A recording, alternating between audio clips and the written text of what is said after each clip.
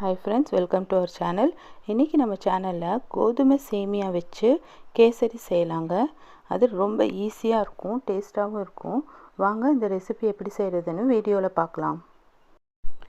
இந்த ரெசிபி செய்யறதுக்கு ஃபர்ஸ்ட் ஒரு கடாயில 2 டேபிள்ஸ்பூன் அளவுக்கு நெய் சேர்த்திக்கோங்க. நெய் ஹீட் ஆனதுக்கு அப்புறமேல ஒரு 10-15 முந்திரி பருப்பு போட்டு நம்ம ஃப்ரை பண்ணி எடுத்துக்கலாம். நல்லா கோல்டன் ப்ரௌன் ஆகுற வரைக்கும் நம்ம ஃப்ரை பண்ணிக்கலாங்க. பாருங்க கோல்டன் ப்ரௌன் ஆயிடுச்சு. இப்போ இதை நம்ம தனியாக எடுத்து வச்சுக்கலாம். இப்போது இதே பேனில் நெய் சேர்த்த வேண்டாம், அதுலேயே ஒரு கப் அளவுக்கு கோதுமை சேமியா எடுத்துருக்கிறேன், அதை ஆட் பண்ணிக்கலாம். அதையும் சேர்த்து நல்லா வறுத்துக்கணுங்க. பச்சை ஸ்மெல் போய் அது நல்ல ஒரு வாசம் வரும், அது வரைக்கும் வறுத்துக்கலாம். பாருங்கள் இந்த மாதிரி இருக்கணும். நல்லா வறுத்ததுக்கப்புறமேல இதையும் தனியாக எடுத்து வச்சுக்கலாம்.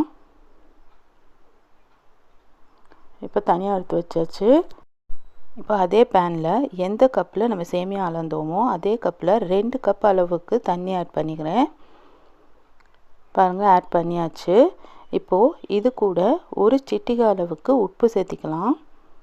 எந்த ஸ்வீட் செய்யும்போது கொஞ்சம் உப்பு சேர்த்திங்கன்னா டேஸ்ட்டாக இருக்கும். அதில் கொஞ்சம் ஃபுட் கலரும் ஆட் பண்ணியிருக்கிறேன், தேவையான அளவு ஆட் பண்ணிக்கோங்க. இப்போ இந்த தண்ணி நல்லா கொதிக்கணும். பாருங்கள் தண்ணி நல்லா கொதிச்சிருச்சு. இப்போ இது கூட நம்ம வறுத்து வச்சுருந்த சேமியாவை ஆட் பண்ணிக்கலாம். இந்த சேமியா கொஞ்சம் லேட் ஆகும் வேகிறதுக்கு. நம்ம நார்மல் சேமியா செய்யும்போது டக்குன்னு வெந்துடும், ஆனால் இந்த சேமியா கொஞ்சம் லேட் ஆகும். இப்போ நம்ம மூடி போட்டு இதை வேக வச்சுக்கலாம். ஒரு 10 நிமிஷம் கழித்து பார்க்கலாம்.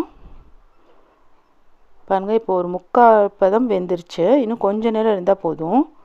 திரும்பவும் மூடி வச்சிடலாம். இப்போ வேகட்டும்.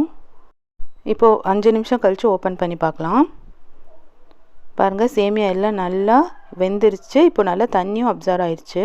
இப்போ இது கூட நான் 1 கப் அளவுக்கு சர்க்கரை ஆட் பண்ணுறேன். உங்களுக்கு அளவு வேணும்னா சேமியா எடுத்தீங்கல்ல அதே கப்பில் 3/4 கப் அளவு சர்க்கரை எடுத்துக்கோங்க, கரெக்டாக வந்துடும். இப்போது நல்லா இந்த சர்க்கரை கரையணும். கரைஞ்சதுக்கப்புறமேலே இப்போது ஒரு 1/2 டீஸ்பூன் அளவுக்கு ஏலக்காய் தூள் ஆட் பண்ணியிருக்கேன். ஆட் பண்ணிவிட்டு இதில் ஒரு 2 டீஸ்பூன் அளவுக்கு நெய், அவ்வளோதாங்க, 2 டீஸ்பூன் அளவு மட்டும் நெய் போதும். அதையும் போட்டு நல்லா மிக்ஸ் பண்ணி விடுங்க. இது உங்களுக்கு நல்லா கொஞ்சம் கெட்டியாக வேணும்னா ஒரு சின்ன டிப்பு, இது கீழே தவா வச்சு, இந்த கடாய்க்கு கீழே தவா வச்சு நீங்கள் தம் போடுற மாதிரி நீங்கள் விட்டிங்கன்னா கீழே கொஞ்சமும் உங்களுக்கு அடிப்பிடிக்காது. இப்போ கடைசியாக நம்ம முந்திரியும் சேர்த்தி ஒரு 2 நிமிஷத்துக்கு நம்ம மூடி வைக்கிறேன். பாருங்கள் கோதுமை சேமியா கேசரி எவ்வளோ நல்லா ரெடி ஆயிடுச்சுன்ட்டு. கண்டிப்பாக இந்த ரெசிப்பியை நீங்கள் வீட்டில் ட்ரை பண்ணி பாருங்கள். ட்ரை பண்ணி பார்த்துட்டு எப்படி இருந்துச்சுன்னு சொல்லி எங்களுக்கு கமெண்ட் பண்ணுங்கள். மறக்காமல் எங்கள் சேனலை சப்ஸ்கிரைப் பண்ணுங்கள், லைக் பண்ணுங்கள், ஷேர் பண்ணுங்கள். தேங்க்யூ ஃபார் வாட்சிங்.